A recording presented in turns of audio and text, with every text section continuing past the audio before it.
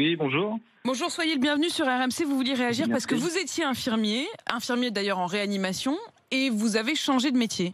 Oui, tout à fait. En fait, moi, j'ai été infirmier pendant 10 ans en réanimation. Après, c'est un changement de voie qui s'est fait progressivement parce que finalement, on a vu les conditions de travail se dégrader progressivement depuis quelques années, que ce soit en termes d'effectifs, d'organisation de matériel. Oui.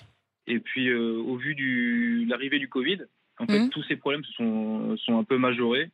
C'était un peu la pagaille et en fait, moi, je m'y retrouvais plus. Et face au risque qui arrivait, j'ai changé de voie en fait. En fait, vous avez changé de voie, donc aujourd'hui, vous faites quoi? Là, je suis dans la grande distribution et je travaille avec ma compagne. D'accord, donc en plus, vous travaillez à deux, ce qui est quand même, Oui, j'imagine, c'est ça. une Ouais, source ouais. aussi d'épanouissement, même si c'est parfois difficile de travailler à deux. Oui, ouais, c'est sûr. Mais après, c'est une organisation qui se trouve et puis c'est un équilibre qui se met progressivement.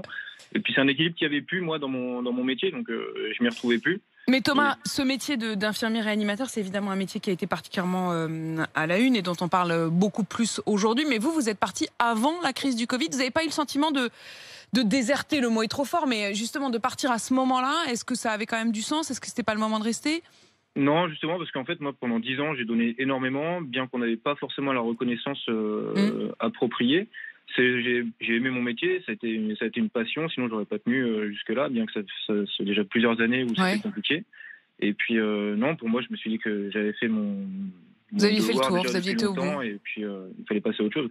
Et au final, après, je le faisais plus avec la même passion, la même envie, donc c'était pas délétère pour les Il y patients, mais avait une forme de psychologiquement, c'était compliqué. souffrance. Il y avait une forme de souffrance, Thomas, à la À la fin. fin, ouais, à la fin, oui, parce que c'est ce qui a fait que justement, j'ai passé le pas de quitter une sécurité de l'emploi, un métier qui me passionnait. Donc, c'est que au bout d'un moment, ouais, ça devenait pesant, quoi. Comment on se décide? Comment à un moment vous avez le déclic? Qu'est-ce qui fait qu'à un moment cette idée devient une réalité? Mais en fait, c'est la situation de trop, quoi. Voilà, Hmm. c'est une réanimation qui se passe mal parce qu'il manque du monde, parce que la nuit est compliquée, parce qu'il y a plusieurs événements qui s'enchaînent dans la nuit et on n'a pas le matériel, on n'a pas les gens.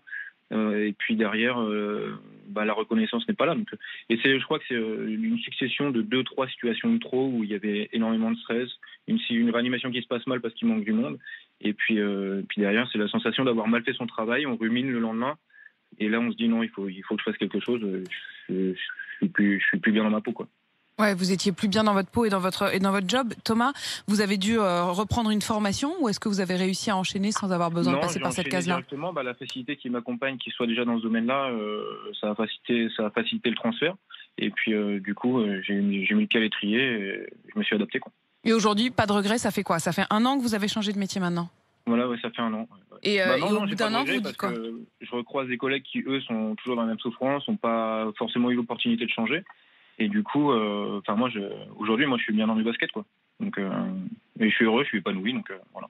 Eh ben, ça fait plaisir. Ça fait plaisir que cette transition, elle se soit bien passée. Merci beaucoup, Thomas, d'avoir témoigné ce matin sur RMC.